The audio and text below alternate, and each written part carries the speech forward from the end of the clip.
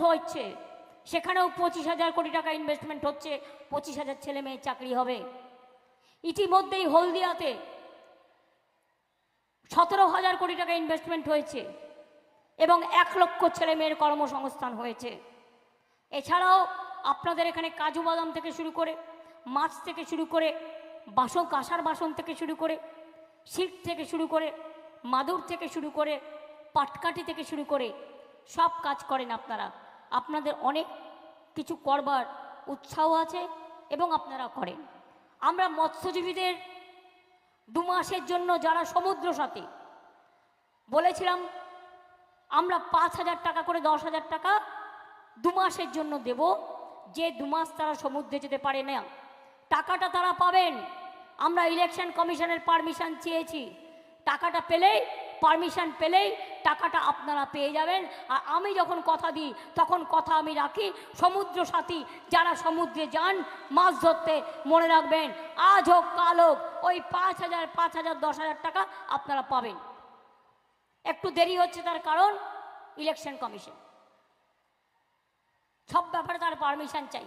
3 মাস ধরে কোনো কাজকর্ম করতে হবে না, সারা দেশে শুধু ইলেকশন করলেই হয়ে যাবে। যার ইলেকশন হয়ে গেছে সে নাক ডেকে ঘুমোচ্ছে, আর যার ইলেকশন হয়নি তারা রোদ্দুরে ঘুরে ঘুরে বেড়াচ্ছে। আর ইলেকশন কমিশন বিজেপি যা বলছে তাই শুনছে। কলের পুতুল যেমন ঘোড়ায় চাবি দিয়ে ঘোরাচ্ছে আর ঘুরছে।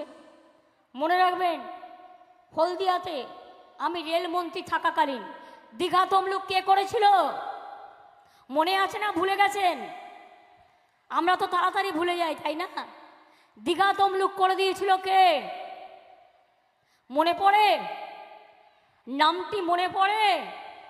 9 মাসের মধ্যে করে দিয়েছিলাম দীঘা তমলুক। মাথায় রাখবেন, আমি না থাকলে কোনো দিন দীঘা তমলুক হতো না। রেলমন্ত্রী থাকাকালীন Haldia Asansol express, Haldia Chennai express, Puri Digha express, Panskura Haldia double line, হলদিয়াতে ডিএমইউ কোচ ফ্যাক্টরি। এছাড়াও মনে রাখবেন Tamluk Digha rail line, Digha Jaleswar Puri rail line, Digha Kalichak rail line, Tamluk Basulia Sutahata double line, Malda town Digha express via Rampurhat, এগুলো আমি করেছি। আর হলদিয়া বন্দরকে যুক্ত করেছিলাম রেলের সাথে, যাতে হলদিয়া বন্দরের সুবিধে পায়। দীঘায় হেলিপ্যাড পার্মানেন্ট, দীঘা হেলিকপ্টার সার্ভিসও চালু করিয়ে দিয়েছি। কি হয়েছে কি হয়নি একটু মনে করিয়ে দিচ্ছি কথাগুলো। তাম্রলিপ্ত মেডিকেল কলেজ হয়েছে কি হয়নি? নতুন মেদিনীপুর ডিভিশন হয়েছে কি হয়নি? 1,400 কোটি টাকার জল প্রকল্প নন্দীগ্রাম 1, 2 এবং নন্দকুমারে দেওয়া হয়েছে কি হয়নি? নিমতৌড়িতে পুরো বিল্ডিং তৈরি করা হয়েছে। 3টে নতুন কলেজ, শহীদ মাতঙ্গিনী হাজরা মহিলা কলেজ, নন্দীগ্রাম 2-এ আমদাবাদে স্বর্ণময়ী মহাবিদ্যালয়, পাঁশকুড়াতে সিদ্ধিনাথ মহাবিদ্যালয় করেছিলাম কি করিনি? মাছ শুকনো চাতাল, মাছের বাজার, মাছ সংরক্ষণের জন্য কোল্ড স্টোরেজ ও অন্যান্য পরিকাঠামো নির্মাণ, বয়স্ক মৎস্য চাষীদের বার্ধক্য ভাতা প্রদান করেছিলাম। দীঘাতে কেবল ল্যান্ডিং সেন্টারও হচ্ছে, এটা একটা বড় কাজ। দীঘা বন্দরটাকে আরো বেশি করে উন্নত করবে। তাছাড়াও একটা দুটো কাজ মনে পড়ছে, দীঘায় ঘুরে এসছেন এর মধ্যে।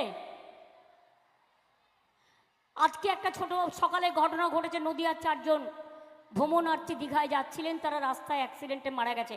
আমি প্রশাসনকে বলবো, যেহেতু অনেক ট্যুরিস্ট এই জেলা দিয়ে যাতায়াত করে, তাই তাদের মাথায় রাখতে হবে সেফ ড্রাইভ সেফ লাইফ ক্যাম্পেইনটা বেশি করে করা এবং মোড়ে মোড়ে গাড়ি যাতে স্পিডে বেশি না চলে তার জন্য বন্দোবস্ত করা। 3-4 দিন পর পর কয়েকটা অ্যাক্সিডেন্ট আমি দেখেছি বলে আমার নজরে পড়েছে। যারা মারা গিয়েছে তারা নদিয়ার বাসিন্দা, কিন্তু মনে রাখবেন যেই মারা যাক সে তো আমাদেরই পরিবারের কেউ না কেউ। দীঘাতে আপনারা জানেন তো, পুরীর জগন্নাথ মন্দির যত বড় তত বড় মন্দির তৈরি হচ্ছে। কি দেখেছেন? যাবেন কিন্তু যেদিন উদ্বোধন হবে। আমরা নন কমপ্লিট করি না, অসম্পূর্ণ কাজ করি না রাজনীতিতে ছবি তোলবার জন্য। আমাদের ঠাকুরও এসে গেছে, কিন্তু যেহেতু ইলেকশন আমি এখন করব না, আমার কিছু কাজ বাকি আছে, আমি ইলেকশনের পর ওটা তৈরি হয়ে গেলে আপনাদের সবাইকে আমন্ত্রণ জানিয়ে দেখাবো যে পুরীর জগন্নাথ মন্দির থেকেও এটা আরও বড় মন্দির হয়েছে, এবং তার ভোগ ঘর থেকে শুরু করে সব কিছু মন্দিরের আয়তন সমান। ঠাকুরটা আমরা মার্বেলের করেছি, আর বাদবাকি বিরাট ভোগঘর, মাসির বাড়ি থেকে শুরু করে মানুষ বসা থেকে শুরু করে দারুণ করা হয়েছে। দীঘাতে সৈকত সরণি কে করেছে? বম্বের মতো মেরিন ড্রাইভ মনে পড়ে? এর জন্য 3টে সেতু নির্মাণ করা হয়েছে, নয়াখালী, জলদা এবং শৌলাতে। এত সস্তার কাজ এগুলো নয়, অনেক শয়ে শয়ে কোটি টাকা খরচা করে এই কাজগুলো করেছি বলে তাই এখন দীঘায় গেলে লোকে বলে কি ছিল আর কি হয়েছে। দীঘা গেট থেকে শুরু করে দীঘা ইন্টারন্যাশনাল কনভেনশন সেন্টার থেকে শুরু করে সবটাই করা হয়েছে। কি হয়েছে কি হয়নি? মাতঙ্গিনী হাজরার বাড়ি, মেমোরিয়াল গ্যালারি, পিছাবনিতে স্মৃতিসৌধ, জাদুঘর, অনেক কিছুই তৈরি করা হয়েছে। আমি এটা দিয়ে যাচ্ছি, যারা মিটিং করবেন দীঘার এবং পুরো কন্টাই নিয়ে, আমি তাদের জন্য এই কাগজটি রেখে যাচ্ছি। তারা হিপিটারা ডিটেলস বলতে পারবে। আমার কাছে আরও অনেক আছে।